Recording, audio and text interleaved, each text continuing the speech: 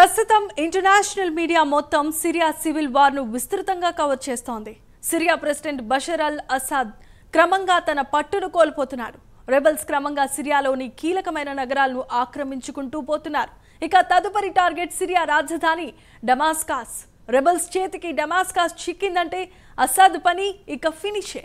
మరి దీని వెనుక ప్లానింగ్ నుంచి ఎగ్జిక్యూషన్ వరకు ఒకే ఒక వ్యక్తి వెనుకుండి నడిపించాడు. అతడే Syria rebel leader Abu Mohammed al Golani. ఇప్పుడు ఆయన సిరియాలో అతిపెద్ద హీరోగా ఎదిగిపోయాడు.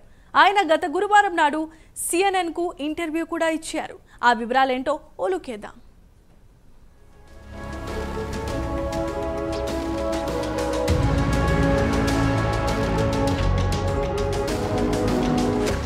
సిరియాలో 2011 నుంచి అంతర్యుద్ధం కొనసాగుతోంది.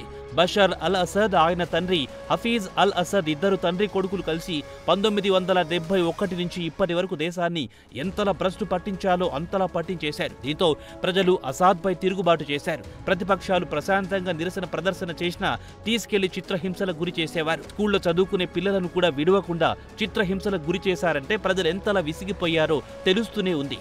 సిరియా అంతర్యుద్ధంలో సుమారు 5 లక్షల మంది పౌరులు చనిపోతే మరో 5 లక్షల మంది ప్రాణాలు అరచేతిలో పెట్టుకుని పొరుగు దేశాలకు పారిపోవలసి వచ్చింది. గత నెల 27వ తేదీన రెబల్స్ అసాద్ మిలిటరీపై దండయాత్ర మొదలెట్టారు. రెబల్స్ ధాటికి ప్రభుత్వ సైనికులు తోక ముడుస్తున్నారు. ఒక్కో నగరం రెబల్స్ చేతికి దక్కుతోంది. ఆయా నగరాలకు చెందిన ప్రజలు రెబల్స్కు బ్రహ్మరథం పడుతున్నారు.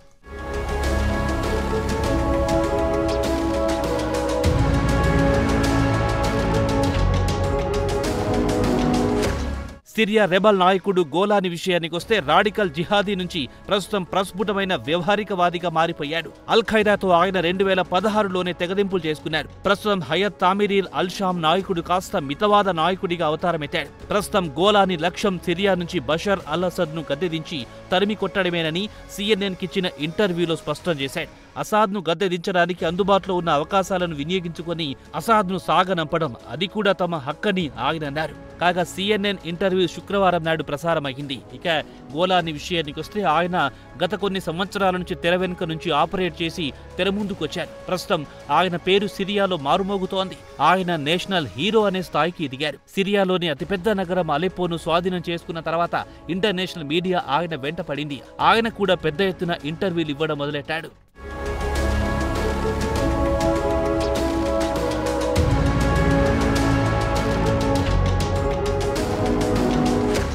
అయితే గత కొన్ని సంవత్సరాల పాటు జిహాదీల మాదిరిగా దుస్తులు ధరించేవాడు. తలకు పాగాతో కనిపించేవాడు. ప్రస్తుతం ఆయన మిలిటరీ డ్రెస్ తో కనిపిస్తున్నాడు. గత బుధవారం నాడు ఆయన అలెప్పో నగరానికి వచ్చినప్పుడు ఖాకీ షర్టు, అదే రకం ప్యాంటు ధరించి నగరంలోని కోట ప్రాంతానికి వచ్చారు. తన తెల్లటి వాహనం ముందు నిలబడి ఆయనను చూడ్డానికి వచ్చిన వారికి చేతులూపుతూ కనిపించారు. ఇక గోలానీ 2016లోనే అల్ ఖైదాతో సంబంధాలను తెగదెంపులు చేసుకుని మితవాదిగా మారారు. అయినా పాశ్చాత్య దేశాలు మాత్రం ఆయనను ఇప్పటికీ అనుమానంగానే చూస్తుంటాయి. ఆయన గ్రూప్ HTS ను టెర్రర్ ఆర్గనైజేషన్ గానే వారు భావిస్తున్నారు. ప్రస్తుతం ఆయన పూర్తిగా మారిపోయాడని సిరియాలోని రాజకీయ విశ్లేషకులు అభిప్రాయపడుతుంటారు.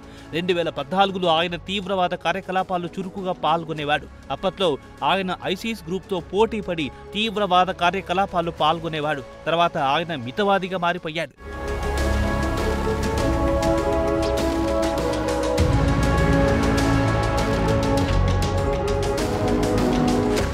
ఇక గోలానీ విషయానికి వస్తే ఆయన డమాస్కస్ జిల్లాలోని మజ్జే అనే సంపన్నులు నివసించే ప్రాంతంలో జన్మించారు.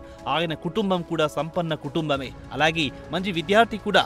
గత నెల నవంబర్ 27వ తేదీన అలెప్పో నగరంపై దాడి చేసి స్వాధీనం చేసుకున్న తర్వాత ఆయన తన సొంత పేరు అహ్మద్ అల్ షరా పేరుతో ప్రకటన చేశారు. 2021లో ఆయన అమెరికా బ్రాడ్కాస్టర్ PBSతో మాట్లాడుతూ తన తాత గోలైన్ హైట్స్ నుంచి ఇక్కడికి బలవంతంగా వలస రావాల్సి వచ్చిందని చెప్పాడు.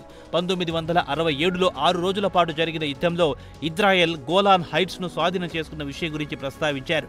అందుకే తన పేరు చివర గోలాన్ అని పెట్టుకున్నట్టు వివరించారు. అయితే మిడిల్ ఈస్ట్ న్యూస్ వెబ్సైట్ సమాచారం ప్రకారం సెప్టెంబర్ 11, 2011 తర్వాత సిరియా అంతర్యుద్ధం మొదలైన తర్వాత ఆయన ఆలోచన అంతా జిహాదీల వైపు మళ్లింది.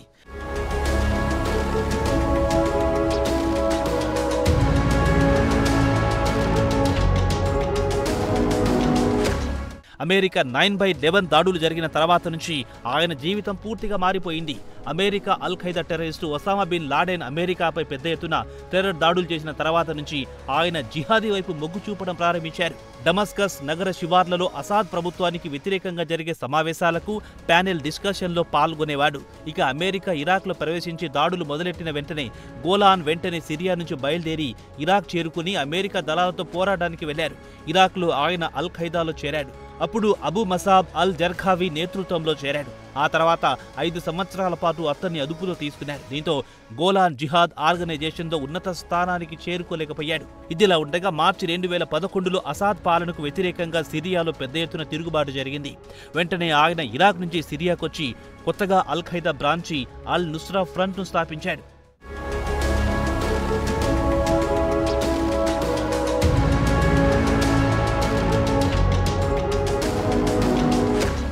2013లో ఆయన ఐసీ చీఫ్ అబూ బకర్ అల్ బగ్దాదీతో జట్టు కట్టడానికి నిరాకరించారు. Baghdadi Islamic state group chief అయ్యారు. అయితే గోలాన్ మాత్రం తాను ఖైదాకు చెందిన అయామన్ అల్ జవహరీకే నమ్మకంగా ఉంటారన్నాడు. మే 2015లో ఆయన ఓ ఇంటర్వ్యూలో మాట్లాడుతూ ఐఎస్ మాదిరిగా తాను పాశ్చాత్య దేశాలకు వ్యతిరేకంగా దాడులు చేయనని స్పష్టం చేశారు. ఇక గోలాన్ విషయానికొస్తే ఆయన అసాద్ను ఖచ్చితంగా ఓడిస్తామన్న ధీమాతో ఉన్నాడు. అయినా ఆయన వర్గానికి చెందిన అలావైటీ మైనార్టీపై ప్రతీకార దాడులు జరపమని హామీ ఇచ్చారు. ప్రస్తుతం గోలాన్ మాత్రం నమ్మకమైన రాజనీతిజ్ఞుడిగా పేరు తెచ్చుకున్నాడు. ఇదిలా ఉండగా జనవరి 2017లో గోలాన్ మరో ఇస్లామిస్టు రైవల్ గ్రూప్ HTSతో విలీనం చేశారు. అటు తర్వాత అసాద్ చేతి నుండి ఇడ్లీ ప్రావిన్స్ కు కంట్రోల్లోకి తెచ్చుకున్నాడు.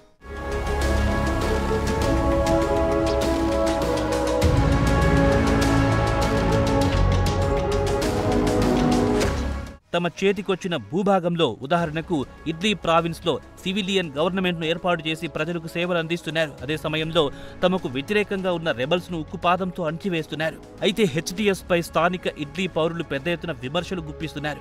ప్రభుత్వానికి వ్యతిరేకంగా గళం విప్పితే చిత్రహింసలకు గురి చేస్తున్నారని ఆరోపిస్తున్నారు. దీనిపై UN లో కూడా ఫిర్యాదులు వెల్లువెత్తాయి. దీంతో UN వాటిని యుద్ధ నేరాలుగా ప్రకటించింది. అయితే ప్రజల్లో తమపై వ్యతిరేకత వస్తుందని గమనించిన గోలెన్ అలెప్పో నగరాన్ని స్వాధీనం చేసుకుని వెంటనే మైనార్టీ క్రిస్టియన్లను ఉద్దేశించి ప్రసంగించారు. తమ పాలనలో క్రిస్టియన్లకు ఎలాంటి హాని తలపెట్టమని హామీ ఇచ్చారు. అలాగే తన ఫైటర్స్ ను కూడా అసాద్ పాలన నుంచి విముక్తి పొందిన తర్వాత అలెప్పోలో శాంతి భద్రతలను కాపాడాలని, ప్రజలకు పూర్తి రక్షణ కల్పించాలని పిలుపునిచ్చారు. ప్రస్తుతం గోలాని బాధ్యత గల నాయకుడిగా వ్యవహరిస్తున్నారు.